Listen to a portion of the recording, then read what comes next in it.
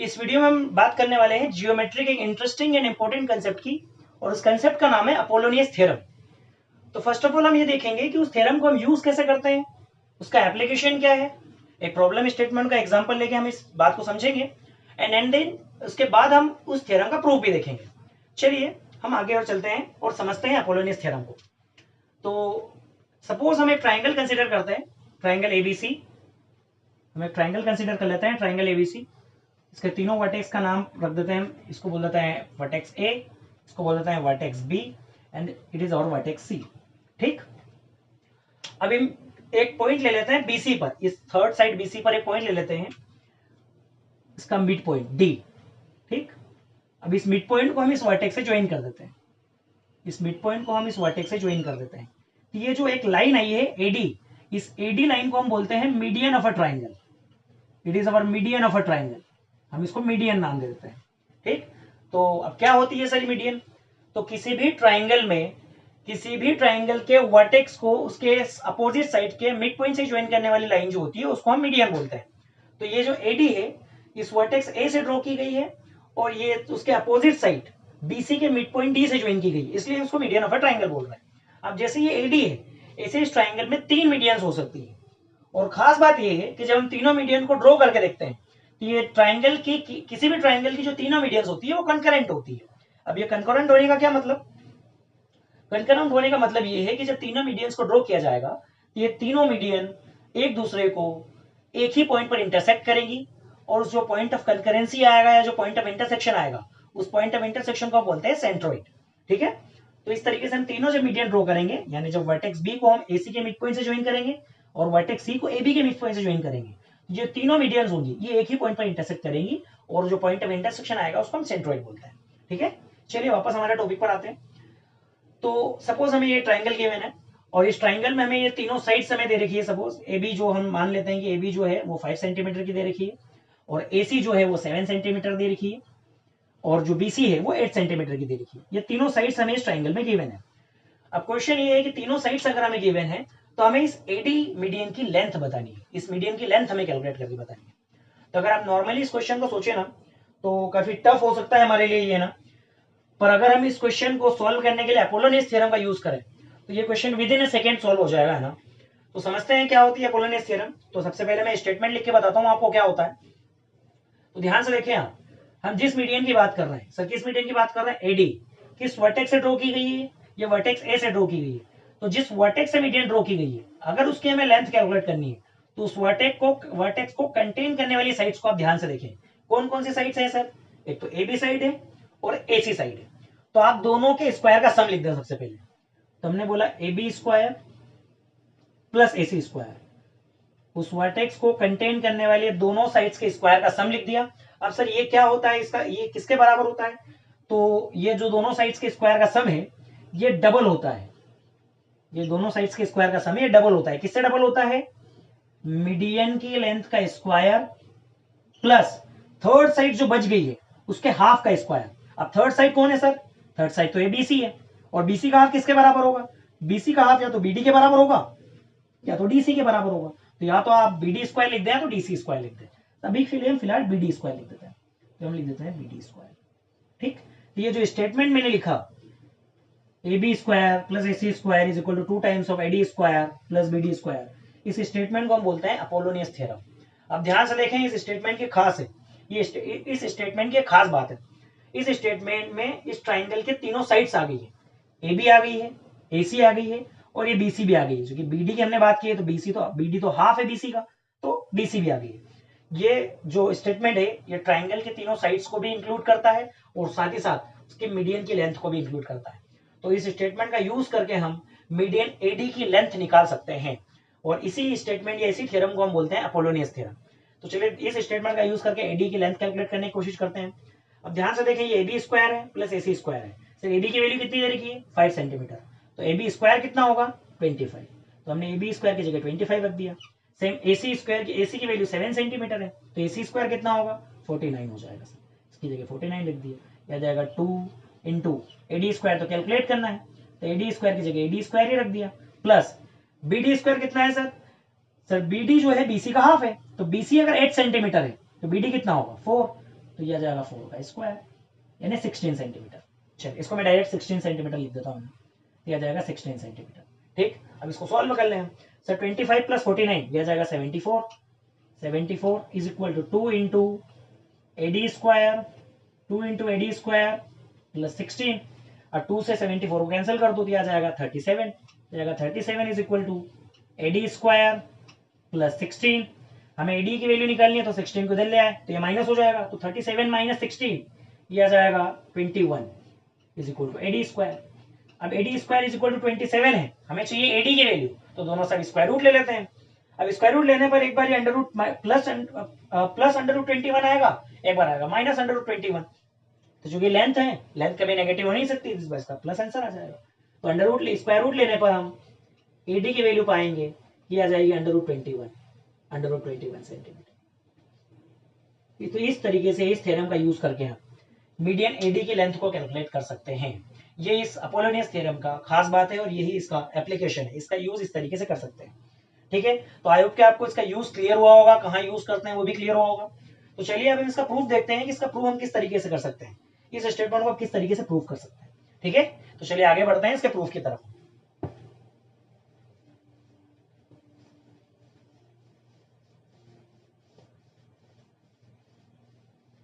चलिए, तो इसके प्रूफ करने के लिए ट्राइंगल अज्यूम कर लेते हैं, एबीसी है ना, वही ट्राइंगल सेम ले लेते हैं वापस हम। ट्राइंगल एबीसी ले लिया हमने। ये रहा हमारा वर्टेक्स ए, ये हमारा vertex B and this is our vertex C. और इस तरीके से हमने एक पॉइंट डी ले लिया जो कि बीसी का मिड पॉइंट है। ये उसको बराबर पार्ट में डिवाइड कर रहा है, बाइसेक्ट कर रहा है बीसी को। हमने ए से डी को ज्वाइन कर दिया, एडी। अब हमें जो स्टेटमेंट प्रूफ करना है उसको एक बार लिख लेते हैं ना। क्या प्रूफ करना है हमें प्रूफ करना है A B square plus A C square is equal to 2 times of A D square plus B D square. B D की जगह डीसी भी लिख सकते हैं, ऐसी बात नहीं है ना, डीसी भी लिख सकते हैं बीडी की जगह। फिलहाल तो हम बीडी लेकर चल रहे हैं। ये स्टेटमेंट हमें प्रूफ करना है। अब इस स्टेटमेंट प्रूफ करने के लिए हम एक एल्टीट्यूड ड्रॉ करते हैं वर्टेक्स ए से बीसी पर। एक एल्टीट्यूड ड्रॉ कर देते हैं ऐसा। अब एल्टीट्यूड क्या होता है, किसी भी ट्राइंगल के किसी भी एक वर्टेक्स से उसके अपोजिट साइड पर डाला गया परपेंडिकुलर एल्टीट्यूड होता है। और जैसे ट्राइंगल में तीनों मीडियंस कंकरेंट होती है, वैसे तीनों एल्टीट्यूड, भाई एक एल्टीट्यूड ए से बीसी पर ड्रॉ किया जा सकता है, सेम इसे बी से एसी पर ड्रॉ किया जा सकता है, इसे सी से एबी पर ड्रॉ किया जा सकता है। तो जो तीनों एल्टीट्यूड आएंगे, ये तीनों के तीनों एल्टीट्यूड भी कंकरेंट होंगे। और एल्टीट्यूड के पॉइंट ऑफ कंकरेंसी या पॉइंट ऑफ इंटरसेक्शन को हम नाम देते हैं ऑर्थोसेंटर। ठीक है, चलिए वापस हमारे टॉपिक पर आते हैं। हमें ये स्टेटमेंट प्रूफ करना है। ठीक, अब ये जो हमने एल्टीट्यूड डाला, इसके फुट ऑफ द परपेंडिकुलर को हम एम नाम दे देते हैं, एम। ठीक, अब जैसे हमने फुट ऑफ द परपेंडिकुलर को एम नाम दिया, तो आपको दिख रहा होगा यहाँ पर 3 ट्राइंगल दिख रहे हैं, 3 राइट एंगल ट्राइंगल। एक दिख रहा है ए एम बी, एक है ए एम सी और एक है ए एम डी। इन तीनों राइट एंगल ट्राइंगल का यूज करके कहीं ना कहीं हम इसको प्रूफ करने की कोशिश करेंगे। चलिए, तो फर्स्ट ऑफ ऑल हम सबसे पहले ट्राइंगल लेते हैं ए एम डी। तो लिखते हैं हम in right angle triangle A M D, in right angle triangle A M D. ठीक, अब जैसे ही हम राइट एंगल ट्राइंगल की बात करते हैं तो सबसे पहला जो थॉट प्रोसेस हमारे मन में आता है वो आता है पाइथागोरस। तो हम सबसे पहले पाइथागोरस का यूज कर लेते हैं इस ट्राइंगल में। चलिए, तो ट्राइंगल एएमडी में क्या होगा सर, एएमडी में सर ये है परपेंडिकुलर, बीएम है बेस, तो ए बी हो जाएगा हाइपोटेनियस। इसको हम लिखेंगे A B square is equal to A M square plus B M square. इस तरीके से हमने अपनी इक्वेशन नंबर फर्स्ट बना ली सर। ये इक्वेशन नंबर फर्स्ट आ गई हमारी, है ना। अब एक ट्राइंगल ले लेते हैं A B C triangle, sorry A M C triangle ले लेते हैं।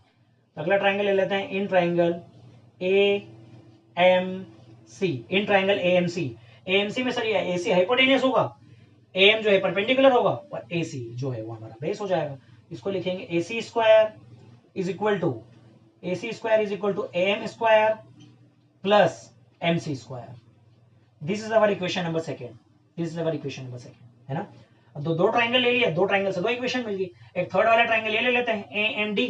तो इन right angle triangle A M D, तो ए एम डी में सर इस बार ए डी जो है हाइपोटेनियस हो जाएगा। तो हम लिखेंगे A D square is equal to A M square plus M D square, this is our equation number third. ठीक है, चलिए अब जिस स्टेटमेंट को प्रूव करना है उसको आप ध्यान से देखें। सर हमें A B square plus A C square एक साइड चाहिए, और इक्वेशन नंबर फर्स्ट और इक्वेशन नंबर सेकंड को ध्यान से देखें आप। Sir A B square plus A C square, अगर हम इक्वेशन फर्स्ट और इक्वेशन सेकंड को ऐड कर दें तो हमें एक side A B square plus A C square तो मिल जाएगा। तो चलिए इसको ऐड कर देते हैं। तो by adding equation first, adding equation first, adding equation first and second, equation first और सेकेंड को ऐड कर देते हैं ताकि हमें एक side A B square plus A C square तो मिल ही जाए। तो हम लिख देते हैं A B square plus A C square, उधर क्या आ जाएगा, उधर आ जाएगा A M square plus B M square plus A M square plus M C square.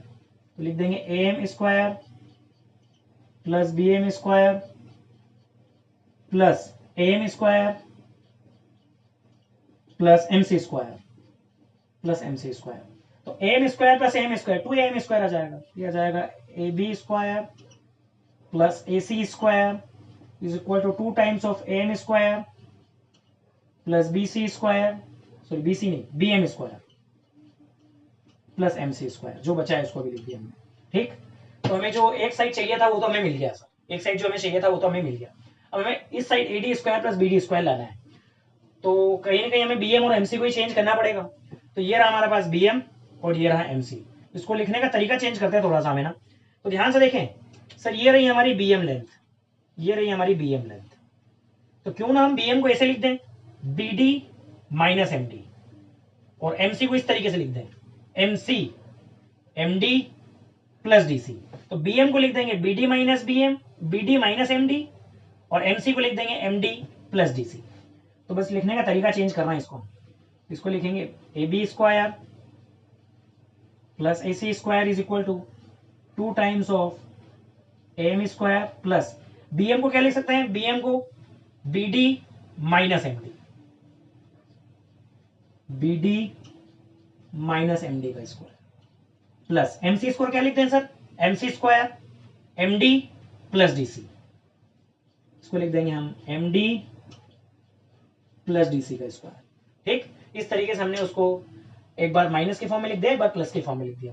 तो सपोज इसको a माइनस बी के होल स्क्वायर से ओपन कर लेंगे, इसको a प्लस बी के होल स्क्वायर से ओपन कर लेंगे, बड़ा आसान है यहाँ से। तो फिर ये आ जाएगा A B square plus A C square is equal to 2 times of A M square plus sir A minus B का होल स्क्वायर। तो इसको लिख देंगे ए का स्क्वायर यानी बी डी का स्क्वायर प्लस बी का स्क्वायर यानी एम डी का स्क्वायर, इसको लिख देंगे एम डी का square minus 2ab 2bd into M D, minus का 2bd इंटू एम डी, इस तरीके से लिख देंगे।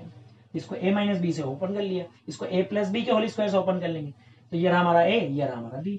तो एक बार लिखेंगे M D square plus D C square plus 2ab यानी 2dc into M D, 2dc into M D. इसको इस तरीके से लिख देंगे।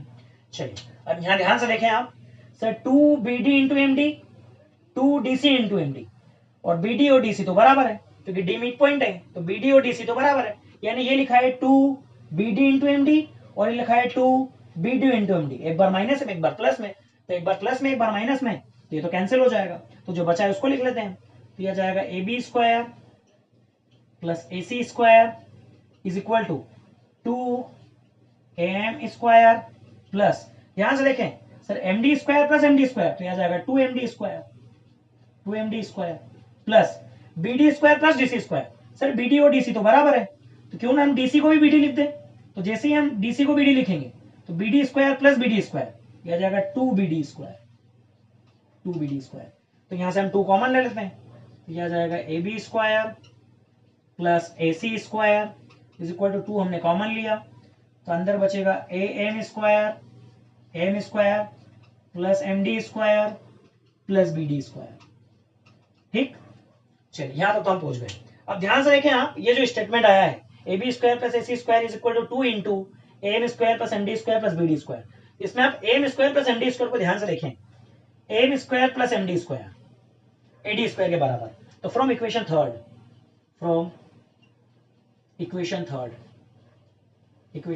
इक्वेशन थर्ड ऐसे ध्यान से देखें तो M square plus M D square को हम ए डी स्क्वायर बोल सकते हैं, तो इसकी जगह हम ए डी स्क्वायर रख देंगे।